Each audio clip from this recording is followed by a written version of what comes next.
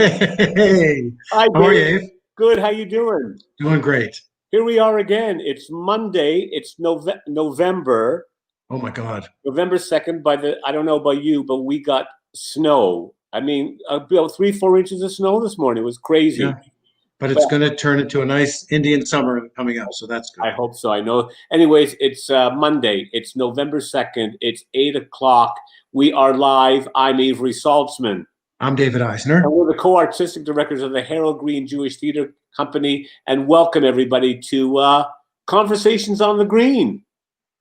We're thrilled to have you. And also, if you'll notice just right of your screen, you can make a comment or ask a question. If you don't see it, there'll be a link where you can. It'll take you to a place where you can make a comment or ask a question. I also want to thank, first of all, before we start, um, Sonny Goldstein Financial, who's our sponsor for Conversations Great. on the Green. He's been a great supporter of our theater company, and it's great to have him sponsor our conversations. And we always have the opportunity to make a donation during the Conversations on the Green. So if people care to, there'll be a number on the bottom of the screen where you can make a donation. We always There we go. We always love a donation if you can, at these times. But we're here for the next hour to entertain. And I'm so excited for our guest this evening. I have been a fan for so long. And I'm a little nervous. Yeah, Like we got a big once in a fan. while we get a very special guest, and tonight is that night. She's been with us before. I think we had Conversations on the Green where she participated before. Yeah. So this is our virtual version. She's an award-winning singer, songwriter, producer, so passionate and what she does for her career, but also with social causes. We'll get into all of that. Ladies and gentlemen, what a real pleasure and honor to invite to our Conversations on the Green, Amy Scott. Amy Sky. Yay! There she is. Hi. Hi, Amy. How are you? I'm so good. I'm so happy to be here with you. This is such a cool format. Oh, wonderful. Yeah, You look great. You were with us about maybe 8, 9 years ago when Ralph Ben-Murgy hosted it. We were at the Jane Mallet Theater, and here we are again. That's right. Wow. That was a decade ago. Things were very different back then. We could not have predicted that.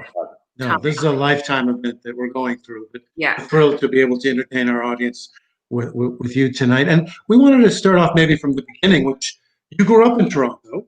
I did. In the Forest Hill area, and with 5 siblings. Oh my!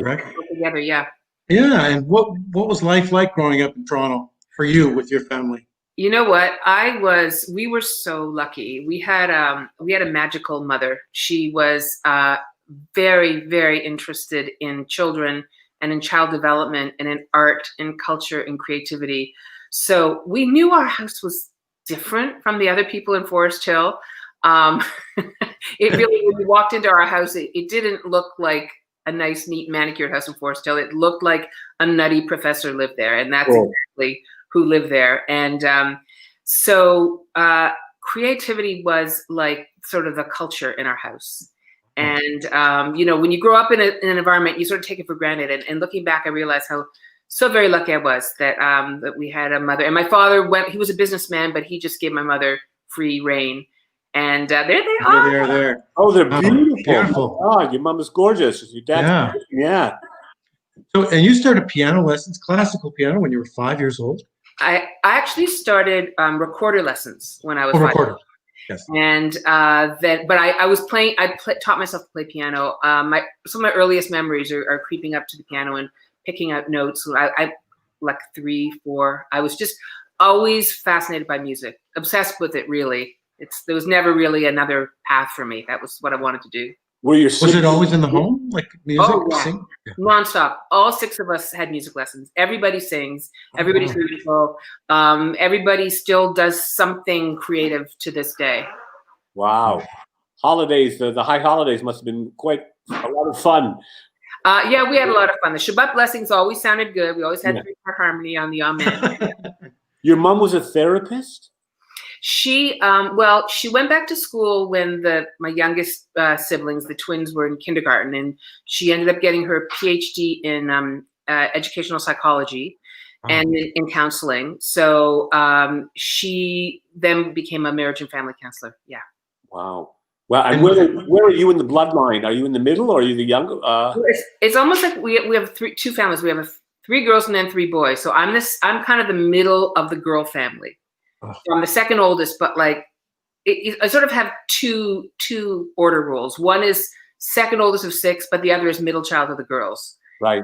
It's rare for a Jewish family to have that many children. I don't think I know of a Jewish family with 6 kids. Maybe 3. Orthodox. Yeah.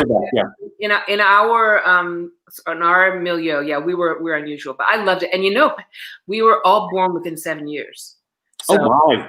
Yeah, actually, I was just watching the Victoria series on PBS, about Queen Victoria. Right. And she was popping them out about the same as my mom, like one every 18 months. Was it a religious household? Did you practice? Did you practice Judaism in the household? We were like very committed reform. We went to Holy Blossom. My mom loved the 2 pillars of her life were she loved the temple and temple life and Jewish study. She was a big student, always took the Torah classes and any kind of classes and lectures. And then the other pillar of her life was culture. So she and my dad were out probably 3-4 nights a week at the ballet, opera, theater, symphony. Wow. Wow. And you talked about your dad working so hard. I know he worked in a factory and making some shoes and spent his life working hard and expressed his love through his hard work, and had a difficulty expressing his love in words. And I know it's funny how that informs us growing up, because we chase our parents' love. We do this career for our parents' appreciation almost primally. And yet then you picked a career now where that's all you do is express your emotions and your thoughts and love, in a sense, through music. I find that fascinating. Well, to my father's credit, he wasn't a verbal guy, but he not loud and clear, but nonstop subtly kept insisting that I get some secretarial skills, because that was going to be my backup plan. And I think out of spite, I didn't. In fact, during this COVID time, I'm actually finally teaching myself how to touch type. It's been a long time, but yeah, he was supportive. He was worried though, but to his credit, I moved to Nashville right out of university. I got a publishing deal the year after I graduated, and I couldn't quite make it on what they were paying me, and so he helped me out like a little bit, like enough so that I could make it, and which was a real leap of faith for him, because people of his generation, they didn't really encourage your kids to go into the arts. I'm sure you guys know that, right? Yeah. It's fear. Yeah. Of the unknown. Yeah. Yeah. Although, you know what? It was not a whim for me. Like I was very studious, and I had a degree and, composition, and so he knew that I was a hard worker. And I think that that sort of gave him some hope that I would, pull through. But then again, let's be honest, he also thought I was a girl and I would just marry a doctor, and that didn't happen either. Were your grandparents around? Did you know your grandparents? Were they influences? Did not for long enough, except for one. My mother's grandmother, my great grandmother, lived with us. Nice. Till she was 101, and I was 16. That's incredible. That was a gift. Yeah. Amazing. Yeah, it was. I'm suddenly getting an echo. You guys? Is it? Hello? Yeah. Is it us? I wasn't getting it before. Now I'm getting it. Yeah. I don't know why. I think one of us needs to go on headphones. Okay, let me Dave. Is anything else? Oh my. Anyways, I just wanted. So where did you go? You went to York. Where did you go study? I went to U of T. Well, now it seems better. And then you just went to Nashville. Why did you choose Nashville? Why did you not start here? Or well, I did, but I actually was. I got a gig singing backup vocals for Rompin' Ronnie Hawkins. Mm-hmm. And he went on tour. So we toured all around Canada and the US, and we played a lot in Nashville. Right. And I connected with some people from the music industry there, and they heard some of my demos, and they offered me a publishing deal, like to be a staff writer. Oh my God. Who were some of your early influences before heading to Nashville and starting this career? Well, you know, I was going to say, when people say, well, what was it like to be a staff writer in Nashville? Well, if anybody has seen you've probably seen the musical Beautiful, right? Sure. And you know, in that musical, Carole King has like an office at a publisher, and she's like cranking out songs all day long. And that's what the life was like. It was just like that. I was signed to MCA Music. I showed up every day at 9:45, and I worked at the publisher from 10 till 6, writing all day long, 5 days a week. And so Carole King was a huge influence of mine. So Carole King, Joni Mitchell, Bonnie Raitt, Linda Ronstadt, you know, James Taylor, Neil Young, like the great singer-songwriters of the 70s. So when you were a staff writer, are you writing for anybody in particular, or are you just writing songs for someone to hopefully buy? I don't know what is that, how that works? A little bit of both. I was signed as a writer. It was kind of like a day job. The publisher knew that I wanted to make my own record. So they had hoped that they would get like a twofer with me. One, they would get the publishing on the record that I made. And secondly, any songs that I wasn't using, they would shop around to other artists that were looking. And sometimes there'd be like, you know, there'd be not sometimes, every week there was a pitch sheet that came into the office saying, this person's looking, that person's looking, do you have anything that would work for them? And you had, like, they call them song pluggers. So you had someone that represented your songs. And when you finished writing a song, you'd go in. Actually, you had to write at least 10 songs, turn in at least 10 songs a month. So you're writing every day, probably write 20 songs a month, turn in 10, and out of the 10, they pick 4 to demo. And then you go in the studio, you record them, and then they shop them around to anyone that's looking for songs. And back in those days, this was in the early 80s, the singers didn't write. So every singer, my very first cover was Reba McEntire, and then Anne Murray, and then Marie Osmond, and Steve Wariner, and you know, all these people, and they just didn't write themselves. So they were, the writers in Nashville were on a very high plane of respect there, because the whole industry was on the back of the writers.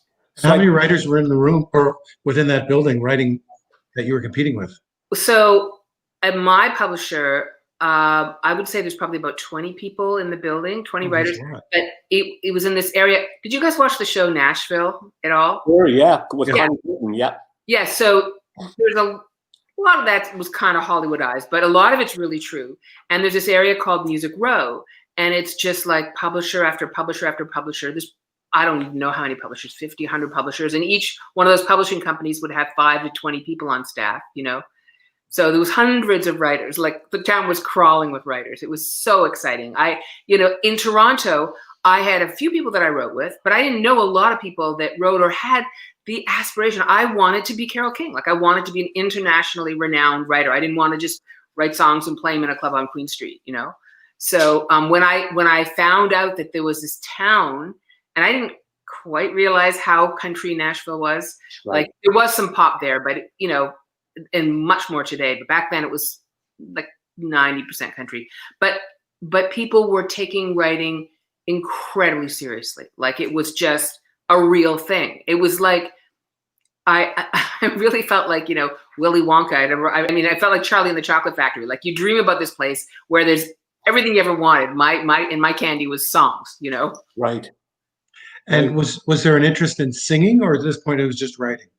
No, I wanted to make my own record. And so this was like a way for me to sort of make a living while I was trying to get a record deal. In fact, I got a record deal really quickly, and I would have a number of record deals over the years, and I would get a record deal, and I'd make a record, and then for whatever reason the record wouldn't come out. So in between all of that, I was always writing for other people. Brilliant. The hard work ethic. I mean, it's a business I really don't know, but I guess when you're writing a song for someone, you're hoping that that person wants to sing it, and then I guess you have to worry about where it sits on the charts and stuff. I mean, all these different levels that you have to try to attain to, I guess, when you're writing. I think it would be really difficult, but I guess you loved it, so you loved the process, so it wasn't that difficult for you, or was it? Or I mean, yeah, it's incredibly difficult. But you're right, I did love it. And I felt really, really lucky, and I still feel lucky that that's what I get to do. I mean, this afternoon I had an hour and I sat at the piano and I worked on a new tune. Like it's the best. I just love it. But the industry is complicated. It really is. And you have to have a tremendous amount of persistence.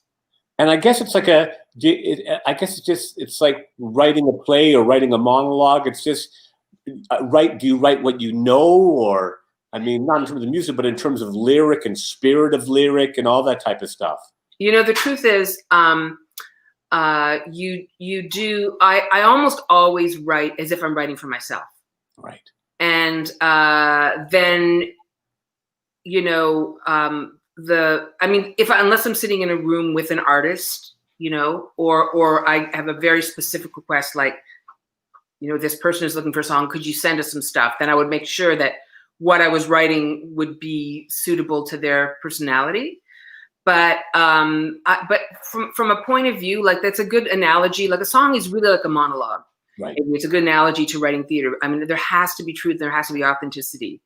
And so I've never had luck like trying to copy someone else's style and pitch it to that person. Right. You know, and the truth is, usually when you do that, they're like, well, I already did that. Why are you pitching me something I've already done? You know, they're usually looking for something that's appropriate to their persona, but sort of fresh for them.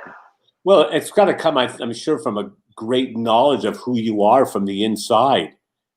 You know, I think you, like an actor, I think has to really know life and life experience, and you know, to draw upon, so to bring to a role. I guess you would have to have that trust of your spirit, I guess, as a writer of music and lyric too, to do that. Just because I guess you have to sit down and you can't really think is this good. You pretty have to know that it's good and start from there. Is that correct? Or well, no, I don't think you know that it's good when you start, but I think you're right that it has to be authentic. Right. And that is that point in your writing career when you have written a ton of bad things and you know it doesn't work.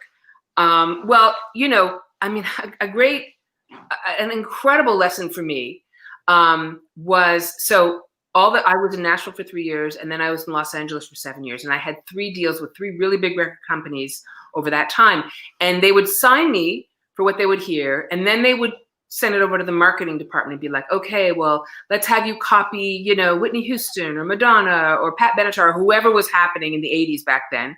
And so then I would sort of do that because that's what they said they wanted. And then they were like, oh, that's no good. And I'd be like, well, yeah, that's not me. That's not why you signed me. So at a certain point, I gave up on trying to make my own record. And it wasn't until I moved back to Canada that when in 1993, when our kids were little, that I just realized there was a whole industry. I'd never had a professional career in Canada, but I saw people making just independent records that were just music that they liked. It wasn't the marketing department trying to, like, you know, get in the way. And so I decided I was going to make a record and just put 13 of my favorite songs on it. And those were my favorite songs. They weren't a record company marketing person's favorite song. And that was my breakthrough record. That was Cool Rain in 1996, that had all those hits, that had the song I Will Take Care of You that we were talking about before. And that was just, there was no other thought than what are my favorite things I've written over the last 13 years. So it took me 13 years to get my own record out. But at that, and I didn't have any idea it was going to be successful. But when it was, I realized what the disconnect had been when I wasn't having success. And it's a massive life lesson, not just for music, but for any artistic pursuit, for anything. If you're not speaking with your authentic voice, then you're not going to connect with people. Yeah. There's a reason that we're all made, you know, to be unique. And oh, there it is. Oh my God, you got your homework. Wow. And yeah, so that's I think that's a success principle that goes across all endeavors. Like, be yourself. Finding your voice. Yeah. And persistent enough to keep it.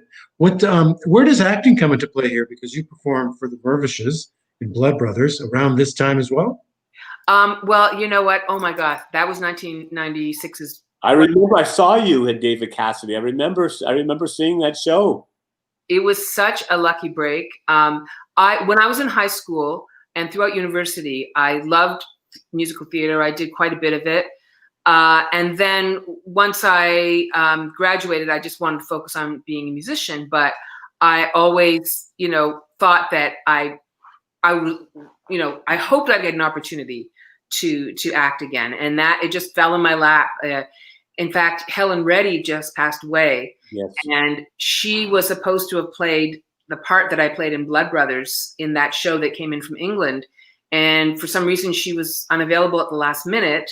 And so there was a it was really like kind of one of those movies like, oh yeah, I'm so sure the big famous star is going to drop out. And then they're going to sign like an unknown person who hasn't acted in 13 years. And they're going to audition her on a Saturday and fly her over to London on a Sunday and have her fitted by a costume on a Monday. That's exactly what happened. Wow. And it was so exciting. It was so much fun.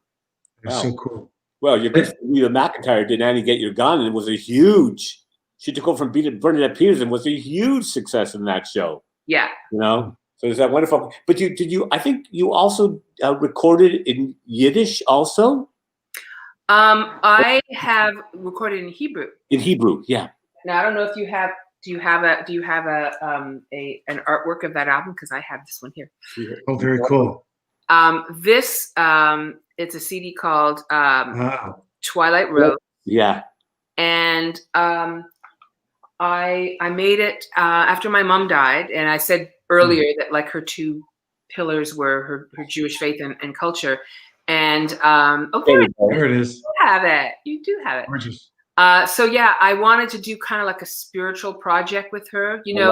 One of the keys to, I think, healing from grief is to find a way to stay in relation with the person that you've lost, and just something that would be meaningful to both of you. And so that was the inspiration behind that project. You know what? I'm just seeing a question here. Did you guys see that question? No, we didn't. We missed it. Oh, there's two questions. One from Susan D. and one from Ellie. Ellie, hi. Susan Dorchik, yes. Was there a song you wanted to keep and sing yourself that was sold to another artist? Yes, a couple. But I can't say I'm sorry. But I'll tell you. I'll tell you. When I was signed to Capitol Records in the late '80s in Los Angeles, Barbra Streisand wanted a song of mine. Oh my God! And at the time, because I thought my record was coming out, my label and publisher said, no, you have to keep that song for yourself. And I'm really sorry that I didn't give it to her because that record didn't come out. But then when I was getting ready to do Cool Rain, I had a short list of songs. And then Anne Murray picked up a song of mine for a duet with Aaron Neville, a song called That's What My Love Is For.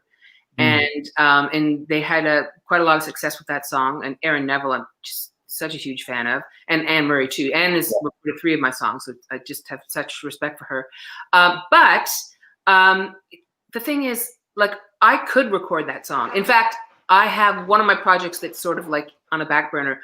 I'm doing versions of songs of mine that other people have recorded that I've never recorded. Great idea. I am recording that song. So the difference between a song and like a painting is you can only have the original of a painting in one place, right? But a song, it's like a play, right? It just has different productions, different variations, different interpretations. So even a song that's been a massive hit for someone, if you wait long enough, you can have another hit with it. Sure. Very true. I can't. What was it like working with David Cassidy? Oh, he was such a sweetheart.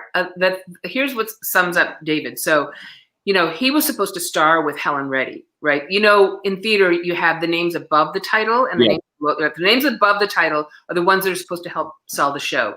So it was supposed to be David and Michael Burgess and Helen Reddy to help sell the show, and then she backed out. So then there's this unknown person that steps in. So it really put more burden on David and Michael to carry the show.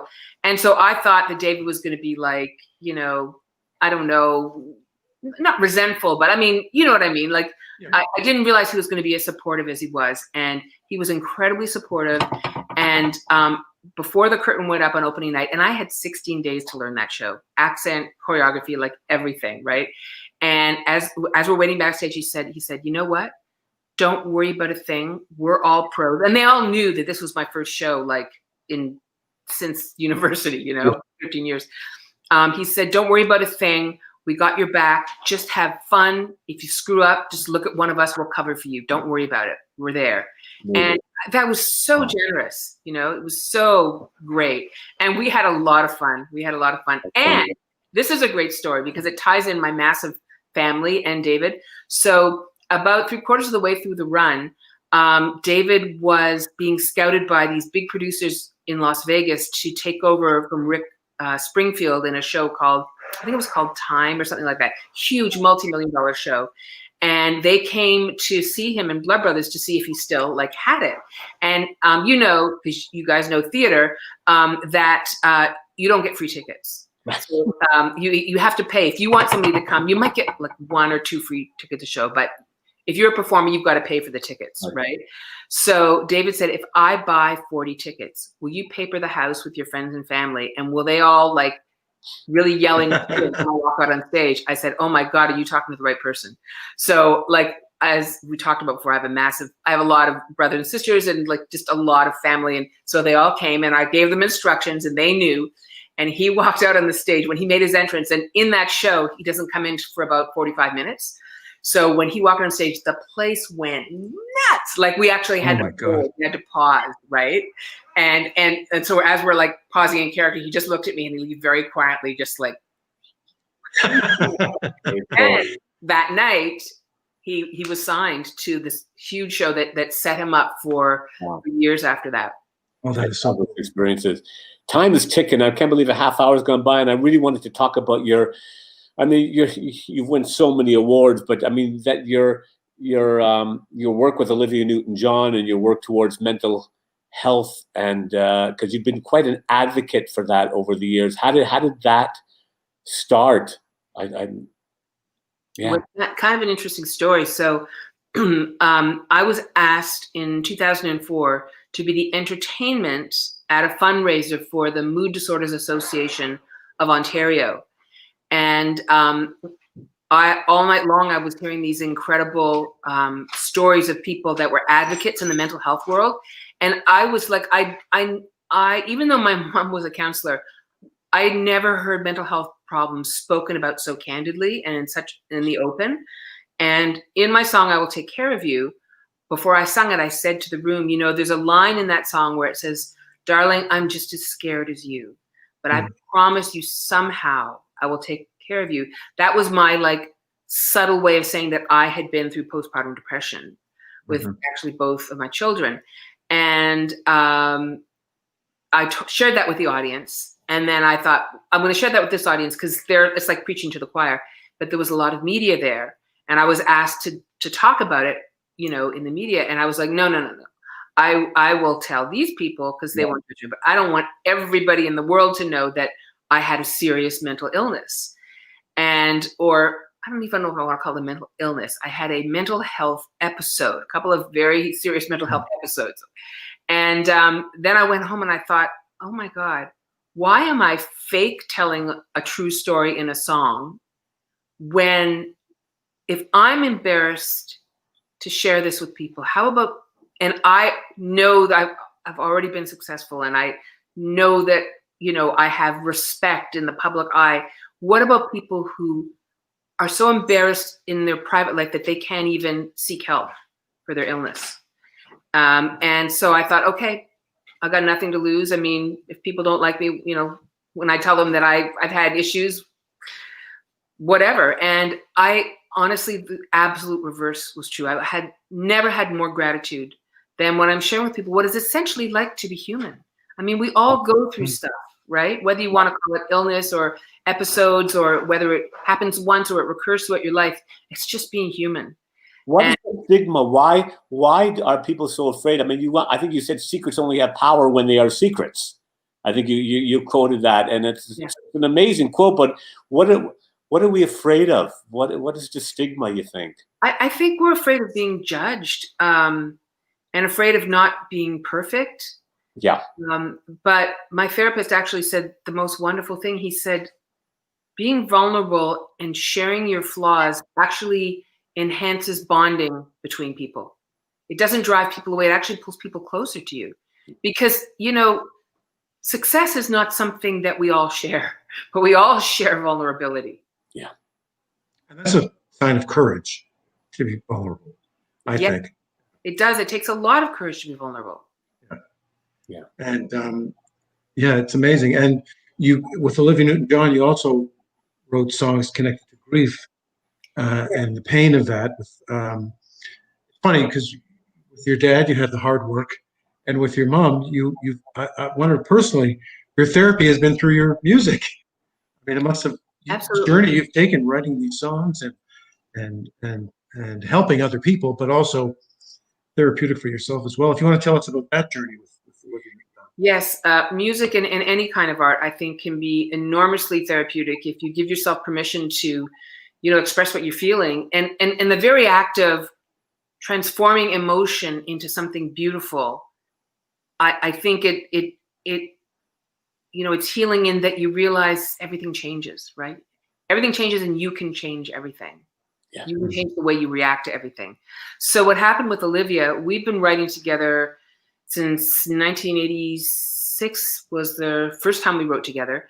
And when the year after my mom died, her sister, Rona, passed away, and both of them died of cancer. And she asked me to write a song for Rona's memorial service. And when we wrote it, we realized, you know what?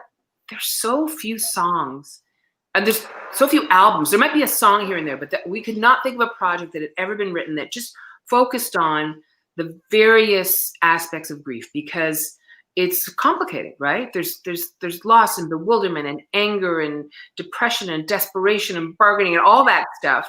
And so we called a friend of ours who's one of my favorite songwriters in the world, Beth Nielsen Chapman, and the three of us got together. We'd have these like writing retreats, and we just would talk about our experiences with grief, and we turned it into an album and a tour. Live On. Yeah. It's amazing. I love the concept for one of the songs, A Stone in Your Pocket. If you want to tell us a little bit about that.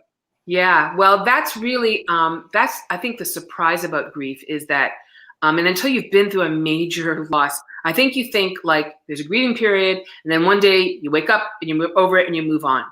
And that's not what happens at all. When you have a significant loss, it's always with you. And the metaphor of a stone is like, sometimes it's like a pebble, and sometimes it's like a boulder, but it's always with you. Right. And how did you pass this on to your, I'm sure you were very open with your kids, Zoe and Ezra, and they're musicians also, are they not?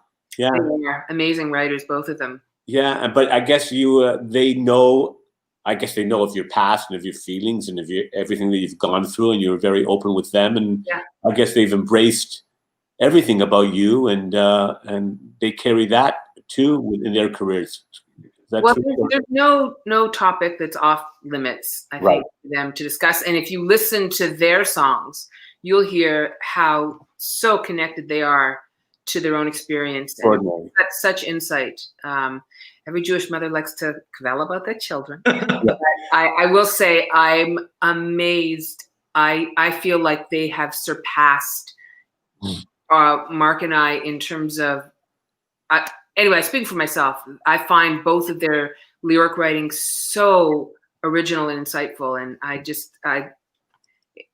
don't think anything, one of my top 10 delights in the world is to hear them express themselves and do it so beautifully. Do they come to you there they are, good-looking family. I'll say, yeah. Do they come to you with their songs, say, Ma, what do you think of this, before, or do they just wait for the final product to come out? Sometimes it just depends. Sometimes they want feedback, sometimes they don't. And sometimes they expressly no, they don't no, you're not hearing it till it's done. And then sometimes when it's, at this point, I would say Zoe doesn't ask for feedback on the writing anymore. Sometimes she asks for feedback on the production. And Ezra sometimes asks for feedback on the writing still. but he doesn't like feedback on the production. Wow. Hmm, You interesting. mentioned someone waiting in the wings. You mentioned a guy named Mark. Yeah. Can you tell us a little bit about Mark and who he is? And oh my God. I think people know who Mark is. Of Yeah. course I know, but I want Amy to introduce him, you know? So, Mark is an incredibly talented and original and very successful songwriter. Right. And we met in Los Angeles in 1986. And we got married on New Year's Eve, 1987. And we don't normally work together. We've worked very little together over the years, but we're changing that. We're just finishing a duet record. Wow. that will be out next year, and so far we're still talking to each other, which is wow, that's an accomplishment. Oh, ladies and gentlemen, Mark Jordan. So far. Hey, Mark. Thank you for joining us. Yeah. How are you? I'm pretty good. Yeah. Well, are these original songs on your duet album, or are you just some of them? Yeah. Not by and large. We had trouble writing songs because like I write songs for me to sing, and Mark writes songs for him to sing, and we don't really write songs for each other to sing. So we decided to do a lot of covers. Well, that'd be cool. We have a few that are original. Right. Yeah. Can you do a verse or two a cappella? Can you pull a sing a little something to you, or? You gotta be kidding. Yeah. We'll wait. Seen in Spinal Tap when they're trying to harmonize it. There you go.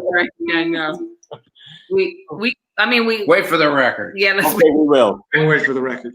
I loved the score, by the way, or Score, the hockey musical, by the way. Oh, yes. Thank you. That was and I'm sure you met in Los Angeles through music, I guess. Pardon me? Through music? Yeah, through music. We were both working with the same collaborator, songwriter, producer, a man named John Capek. Yeah. Oh, very cool. And I guess, was it love at first sight? Mark? Yeah, it was, actually. It kind of was. You know what? I wouldn't say it was love at first sight. It was recognition at first sight. Like, I knew. I recognized you as being a girl. There you go. Good. Immediately. Humor is usually a good sign. You guys can appreciate each other's humor and conversation, and it's effortless. Those are good signs that there's some potential. Yes, I hope so. Oh, very cool. How long have you been married now? 30. It'll be 33 years on New Year's Eve. Very nice. Nice. Wow. Oh, New Year's Eve. Wow. And you got married at Holy Blossom. We got married at Holy Blossom on New Year's Eve. Yeah. Wow. And Mark's dad used to be a cantorial soloist at Holy Blossom. Well, that is so cool. Yeah. Wow. So it all comes around. So was it? Was he reformed? Is it a Reformed rabbi or Reformed rabbi? Wow. Cantor. Yeah. Reformed cantor. Wow. Yeah. I mean, when you hear of Harold Arlen and Irving Berlin and all those guys, all their fathers were cantors. Oh, really? Yeah.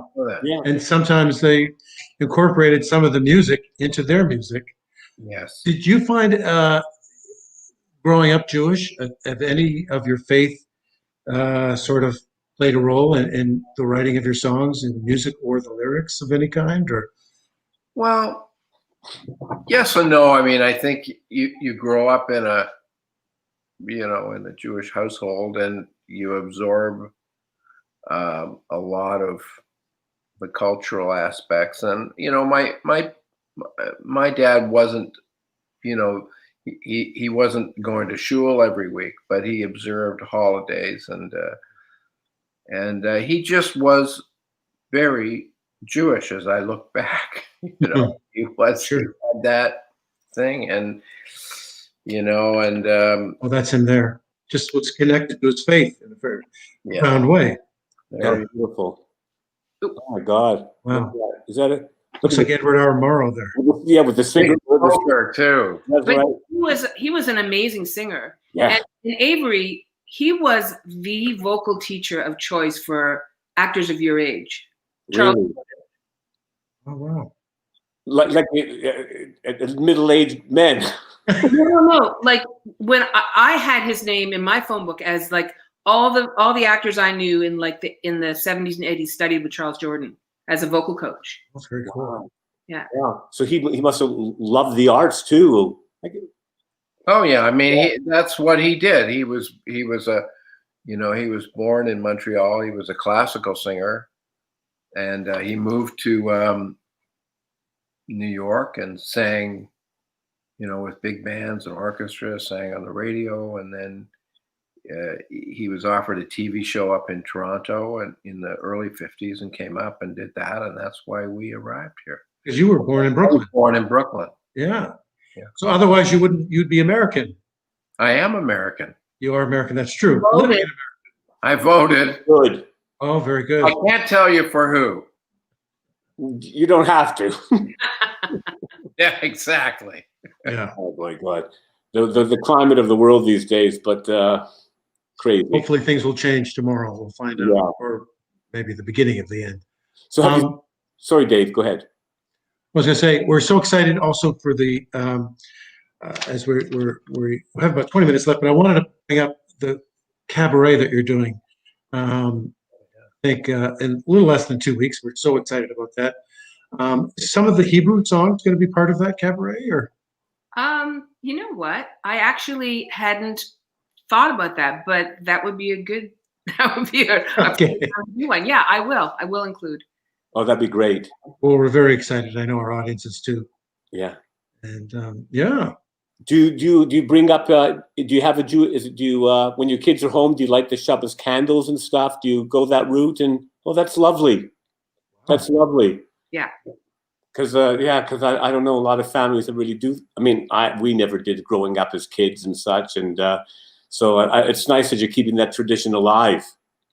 Yeah, you know what? That was Friday nights were sacrosanct in my house growing up, and not in Mark's house. But when we got married, he got indoctrinated into the Friday night, candles, blessings, and overeating. Overeating. Main things at Shabbat. I've been noticing that necklace that you're wearing. It's absolutely beautiful. It really is so pretty. It's spectacular. Was that a gift from Mark? It actually, no, this ring was a gift from Mark. I had a milestone birthday. Oh, Ooh, it's so sparkly. that's pretty sparkly. But this, I'm glad you asked me about this because this is a Toronto jeweler who's so very talented. This is 3 necklaces actually. She's like, her signature is kind of like layer things, and this bracelet too. And her name is Rebecca Price, Rebekah. If you want to treat yourself to something, I like to support our local jewelers and fashion, designers, because they're having a hard time now, like everyone else is. Yeah. I noticed that there's a guitar in the background. Would you grace us with a little bit of a tune? Marcus, don't look so enthusiastic, Mark. We didn't really. Do you even have your finger? I don't even have my finger. No, you don't have your finger. Okay. Yeah. Okay. You know what? We'll leave it to the cabaret. We have a cabaret. I know people always think that if you're a singer-songwriter, you can just burst into it, but no, you're 100%. I should know better. It's like someone saying, "Oh, Ave, do a monologue for us." Yeah. I completely understand. I understand. I wanted to ask you, speaking of theater, that I know you're involved with a movie, Mark. We're talking about score. Both of you have remarkable musical careers. But Amy, you've started a journey on a musical. If you can share just some of the concept of it. I know it takes a while to put a musical on, but you're in the process of at least developing it. You can share some of that. Well, you know what? Everything we've talked about so far, growing up in a musical household, having musical parents, being Jewish, suffering a huge loss. These are all themes that have gone into this show. It's called the Hereafter, and it's about a young woman who is a Jewish composer who lives, at the moment she lives in New York. We might change that city. We might make it Canadian focused. But anyway, she loses the love of her life very early in her marriage. And then she discovers that she can see and talk to his spirit. And then she has to make a decision if she's going to live in the past or if she's going to move on. And at the same time, she's also trying to gain her confidence in her own creativity and score her first major feature film. And so it's dealing with a lot of stepping into your power, your belief, and into yourself. Right, and acknowledging your past, but not having it be your present. Well, I can't say what she does, or I'll give the plot away. But yeah, absolutely. And really, the reason it's called the Hereafter, it's because I really feel that we don't really understand where love, where creativity come from, and we don't understand where we go when we die. And to me, I feel like it's all sort of part of the same energy. There's a special magic available to all of us, but we got to show up for it. Wow. Well, that's so cool. Yeah. And you got a great cast. I mean, Louise Pete and Kelly Holliff and Jake Epstein and Sean Wright and Tom Allen. Linda Cash. Extraordinary. Our workshops have been unbelievable. That's the one great thing about the COVID is that everyone's available for workshops because no one's performing. So we're so blessed. I really feel like having this caliber of performer has fast-tracked the creative process. Well, sure. I guess they inform, what you need, I guess, for the arc of the story and what the, character development and what this character might need at this time during the show. And is it different writing a song for the theater than it is writing a pop song? And yeah, in a lot of ways it is. One of the big differences is that in a pop song, you can repeat a chorus. You know what, Avery, you shared with me, you didn't share with me, I watched your cabaret, and that song I asked you about Pink Fish. Yes. So I sent it to my collaborator. I said, this song is so clever. And we both remarked on the fact that the chorus has a few things that repeat throughout the song, but he changes it and evolves every chorus, right?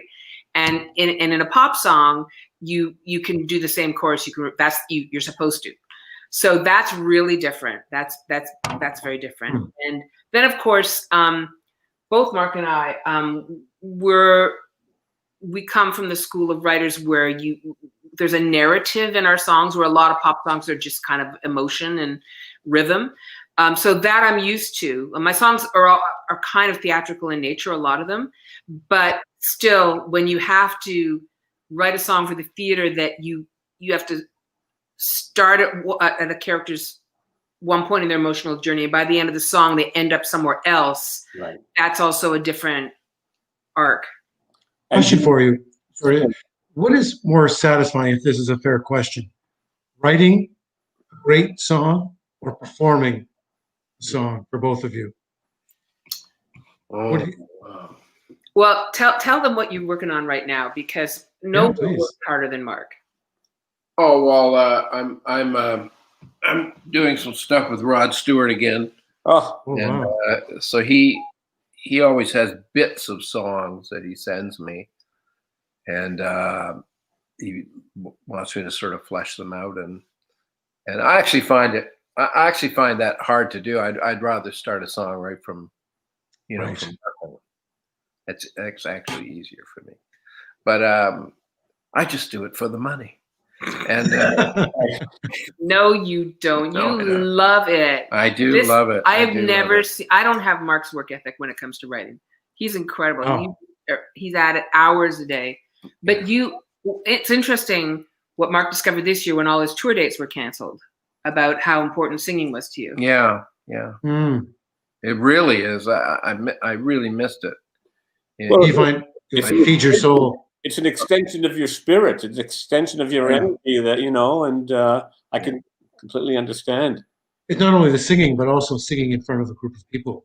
And Yeah, the but elemental aspect of singing that. in front of people, it's not really, the thing is that what you learn after a while, and some learn it sooner than others, but it ain't about you. Mhm. It's about them. Mhm. As soon as you got that, it makes singing very enjoyable because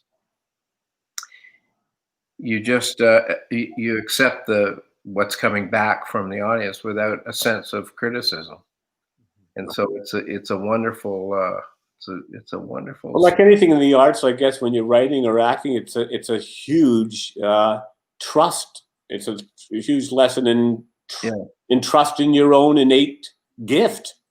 You get out of your own way.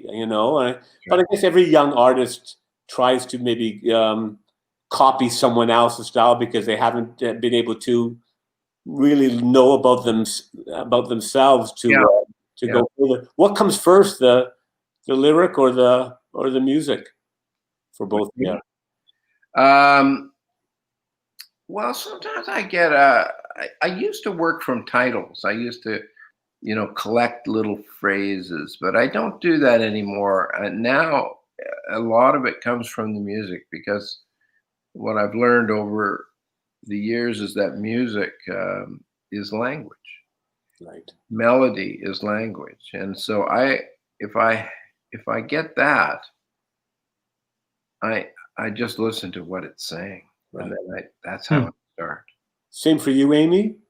I'm the opposite. I mean, today I said before, I sat down at the piano today and I just was playing, but I like to start from a title. That's my favorite thing. Wow. And because I learned that in Nashville, actually. Like they said, if your title's strong enough, you know what the whole story is about. So, and I like to tell a story. And if you look at the titles on the back of my records, you get a pretty good idea what the story is. It's like a headline for an article. Yeah. But that's just my personal style. Everybody's different. How did you come to Maya Angelou, or how did Maya Angelou come to you? Oh, that is a great story. She was looking for me, I think. So she go through Mark to get to Amy. I came to her and I kind of drew her to me. I always call this story my law of attraction story. So I had received her poem, Phenomenal Woman. There was a year in which all women were sending this poem to each other, and they said you have to send it on to like 10 of your best friends or you'll be like cursed, one of those things. And so I this looks like a song lyric. Like, how is this not a song? And I searched it and it hadn't been turned into a song. So I asked my manager if he could try and contact her. And I loved it. I love the message of self-love and empowerment and self-acceptance. And I thought, well, maybe she'll give me permission. And months went by and didn't hear back from her. And then I was booked on the Deanie Petty show during that year. What year was it? I think it was 99 or 98 or 99, the year that she had a film in the Toronto Film Festival. So she happened to be in town and she came to the show to promote her film the same day I was on the show. And I was like, I couldn't, like, and I literally that year, I'd been trying to get in touch with her for the whole year. So I knocked on her dressing room door and I told her I loved the song and wanted to set it to music. And she said, she looked me up and down and I could tell she was thinking, who's this? I don't know. And I also, I had done my hair for a video. It was like short and platinum blonde, if you can imagine. I really looked kind of like, I wasn't dressed how you'd want to be dressed when you meet Angelou. You know what I mean? Yeah. I had my skank on. Anyway, she said, Amy, she said, I've always said people are more alike than they are unalike. And she said, for 20 years, I've wanted someone to set that poem to me, and no one has ever asked me. Wow. So she gave me her phone number. And oh my God. Here's the lesson. You don't ask. Yeah. With a passion in your heart. But I love her too. She's amazing. Yeah. Was amazing. Yeah. And a great actor. Started her career as an actor. Oh, she's great at everything. Oh, I didn't know. Everything. Actor, Yeah. writer, singer, film director, Yeah. you know, Yeah. poet, Unbelievable. speaker. And just Poet. all her thoughts about just about spirit, about conscious choice, and about miracles, and it's extraordinary. I mean, I listened to both you talk, and you know, you seem to be lead maybe such an open spiritual lifestyle. Also, I mean, you can see that through yourself, through your music. It's I think that's why you both become really beautifully successful, because you seem like really lovely people, and this hour has been, I think, a real gift for David and I, because it's we make the short list for these conversation series of people who we want to talk with and who we find fascinating, who we feel connect to us and to the universe. So I really do thank Mark, for joining Amy and Amy. Thank you, Mark. For this last hour, because it's been extraordinary, and we're so thrilled that you're doing a cabaret for us, and we look forward to that in a couple of weeks. There you are. Oh, there she is. Wow. Yeah. That is so cool. Was the movie Delta something?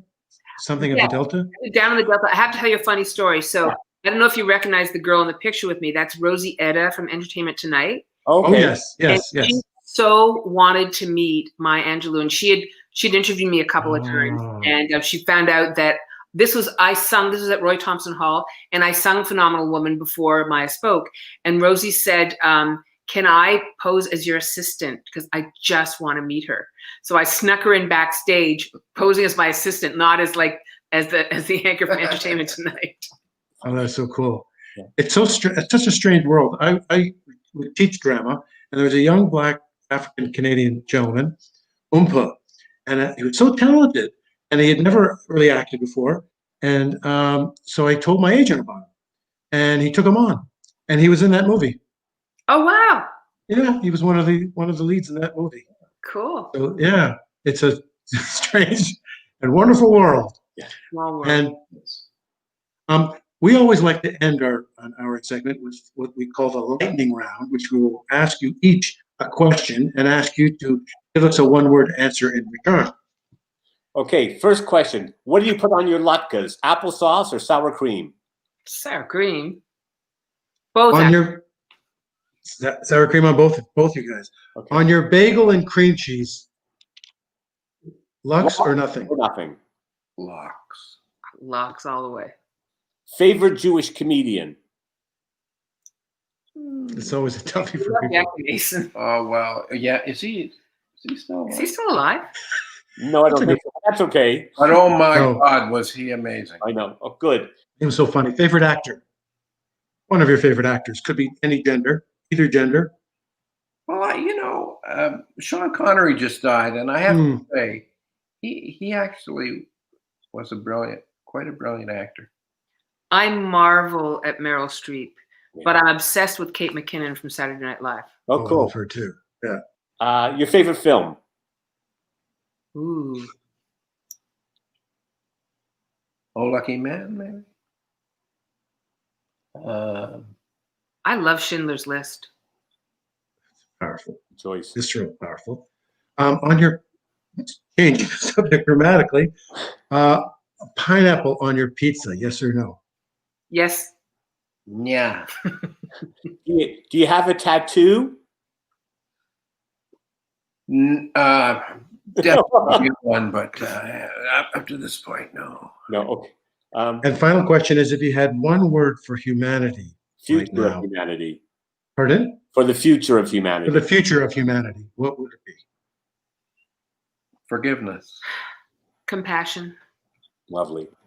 Before we say goodnight, I want to introduce the man behind the scenes who's pulling all these wonderful shots, our GM, Matt Birnbaum. Matt, want to come and say hi? I always forget and just wanted to say hi to Matt. There he is. There he is. Hey, everybody. Matt. Thank you, Matt. Thanks for the last hour. And Dave, we have a couple events coming up. On Thursday night, we have our last Shalom Aleichem reading. We've had a series of Shalom Aleichem readings for the last 3 weeks. I'm reading Dreyfus and Kasserlefke. So that's Thursday. And the next Sunday night at 8 p.m. is our radio version of Crossing Delancey. And It's Just putting that together now, and it's a brilliant cast, and I know our audience will love it. So hope they'll get some tickets to that one. and of course, Amy Sky is coming up in a couple of weeks. So once again, guys, Amy, Mark, thank you so much. Amy Sky, November 22nd. It's going to be great. Looking forward to that. And we thank you so much for your time and for being guests. And I'd love, Amy, one day you'll do a standards album of all your old favorite standards and go back to those. But glorious, both of you. So thank you so much. And our guest next week is playwright Alex Sobler. So to both of you, be well, God bless, and thank you again. Thank you. I just want to say one thing. Yes. Say hello to Mark's Auntie Doris, who's watching. Oh. Great. Hello, Doris. Hi, Auntie Hi, Auntie Doris. Doris. Thank you. Good night, guys. Good night. Thank you.